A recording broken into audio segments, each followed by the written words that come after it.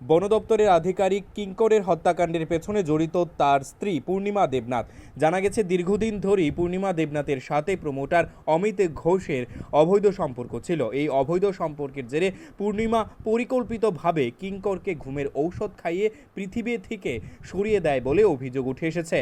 এর পরবর্তীতে রীতিমতো ফিল্মি কায়দায় কিঙ্কর দেবনাথের দেহ বাড়ি থেকে কিছুটা দূরে মোটর সাইকেলে করে নিয়ে গিয়ে অসম আগরতলা জাতীয় সড়কের পুলিনপুর এলাকায় ফেলে দেয়। এটাকে পরিকল্পিত হত্যা বা হত্যাকাণ্ডের পেছনে অন্য কেউ জড়িত রয়েছে বলে এমনটাই নাটক প্রয়াস চালিয়েছিল।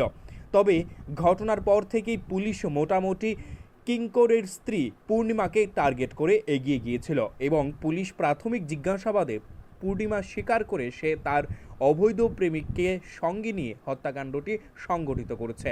যদিও পুলিশ দুজনকেই আটক করতে সক্ষম হয়। আপনারা তো সবাই জানেন যে আমাদের এখানে গত 18 তারিখ রাত্রে থেকেই যে ফরেস্ট ডিপার্টমেন্টের কিঙ্কর দেবনাথ একজন ফরেস্টার, উনি ওনার আপাতকালীন আমাদের কাছে যে অভিযোগটা এসেছিল 18 তারিখ রাত্র 10টার পরে ওনার স্ত্রীকে উনি বলেছেন যে উনি ওনার এক বন্ধু ওনাকে বলেছে উনি একটু বাড়ি থেকে বের হয়ে যাচ্ছে এবং সাবসিকুয়েন্টলি ওনার পরিবার আত্মীয় স্বজনের পক্ষ থেকে জানানো হলো আমাদের থানায় যে ওকে রাত্রে আর ও বাড়ি ফিরেনি, ওকে পাওয়া যাচ্ছে না। এটা সকালের দিকে জানাচ্ছে এবং কিছুক্ষণের মধ্যেই খবর আসলো যে পুলিনপুরের জাতীয় সড়কের পাশে কিঙ্কর দেবনাথের মৃতদেহ পাওয়া গেছে। খবর পাওয়ার সাথে সাথে আমার তেলিয়ামুড়ার যে বড়োবাবু উনি ওনার টিম সহ গিয়েছেন এবং যাওয়ার সময় আমাকেও ইনফর্ম করেছেন। সাথে সাথে আমিও বের হয়েছি। বের হয়ে যাওয়ার পরে আমরা তাৎক্ষণিকভাবে আমাদের তদন্তের স্বার্থে যেটা আমাদের ফরেন্সিক টিম এবং ডগ স্কোয়াড ওদেরকে আমরা বলেছি এবং সাথে সাথে আমরা উদ্বোধন আধিকারিক এসপি সাহেবকে বলেছি, এডিশনাল সাহেবকে বলেছি। তো সবাই আসা, এসপি সাহেব এসেছেন, এডিশনাল সাহেব এসেছেন, প্লাস আমরা গিয়েছি, এফএসএল টিম এসেছে। আমরা তারপরে একটা কেস রেজিস্টার করেছি যেটা তেলিয়ামুড়া কেস নম্বর হচ্ছে 48/2024 তেলিয়ামুড়া একটা মার্ডার কেস রেজিস্টার করেছি। তো কেসটা রেজিস্টার করার পরে আমরা তদন্তের স্বার্থে যতগুলি অ্যাঙ্গেল আছে, যেমন মোবাইল কল অ্যানালাইসিস করা, ইন্টেলিজেন্স রিপোর্টের উপরে কাজ করা, তো এগুলি আমরা কালকে সারাদিনই আমরা এগুলি করেছি এবং অনেকগুলি আমাদের বিভিন্ন ডিফারেন্ট অ্যাঙ্গেলে ফরেন্সিকের যে ইনস্ট্রাকশানগুলি দিয়ে গিয়েছে, তারপর আমাদের যে টেকনোলজির যে মোবাইল অ্যানালাইসিস করা, এগুলো সমস্ত কিছু করে আমরা একটা জায়গাতে কনক্লুশনে আসতে পেরেছি।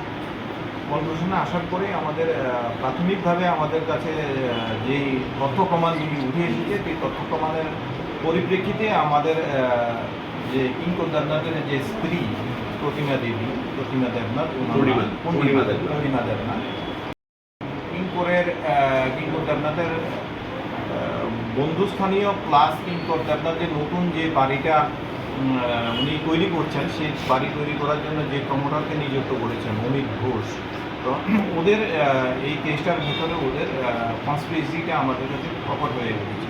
তাৎক্ষণিকভাবে আমরা যখন আরও গভীরে গিয়ে সেরে জিনিসটাকে আমরা দেখতে শুরু করলাম, তারপরে আমরা সম্পূর্ণভাবে যখন নিশ্চিত হলাম যে ওদের ইনভলভমেন্টটা, তখন আমরা আজকে যে কিঙ্কর দেবনাথের স্ত্রী পূর্ণিমা দেবনাথ, আমার ওসি সাহেব, এডিশনাল সাহেব, এসপি সাহেব, সবাই আমাদের সিনিয়র সবাই যখন আমরা একটা কনক্লুশনে আসতে পারলাম যে এটা একটা আমাদের একটা জয়েন্ট টিম, আমরা এটা টোটালি অ্যানালাইসিস করেছি।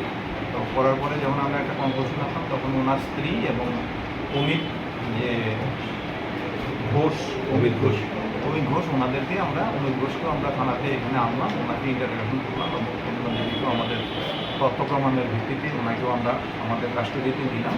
তারপর সাবসিকুয়েন্টলি ওনাদের আমরা এখানে ইন্টারোগেশন করলাম এবং ইন্টারোগেশনে আমাদের যে ফাইন্ডিংস আছে আমরা দেখলাম যে সেই ফাইন্ডিংসের সাথে ওনাদের যে সিমেট্রি আছে, তো সেটার উপরে আমরা তাদের অনুকূলটি গ্রেপ্তার করেছি এবং তাদেরকে আমরা এই কেস কমিশনে আগামীকালকে আদালতে প্রেরণ করব। প্রেরণ করার পরে আমরা আরও আজকে সারা রাত্র ব্যাপী আমরা তদন্তের ক্ষেত্রে আরও যেই সূক্ষ্ম বিষয়গুলি আছে, সূক্ষ্ম বিষয়গুলি আমরা আরও দেখে আমাদের বেস্ট অন ফাইন্ডিংসের উপরে আমরা তাদেরকে কালকে যখন আদালতে পাঠাবো, সেই সাথে তাদেরকে আমরা হয়তো রিমান্ডেও আনতে পারি। তেলিয়ামুড়া থেকে সাগর দেবের রিপোর্ট, নিউজ লাইভ 24 ত্রিপুরা।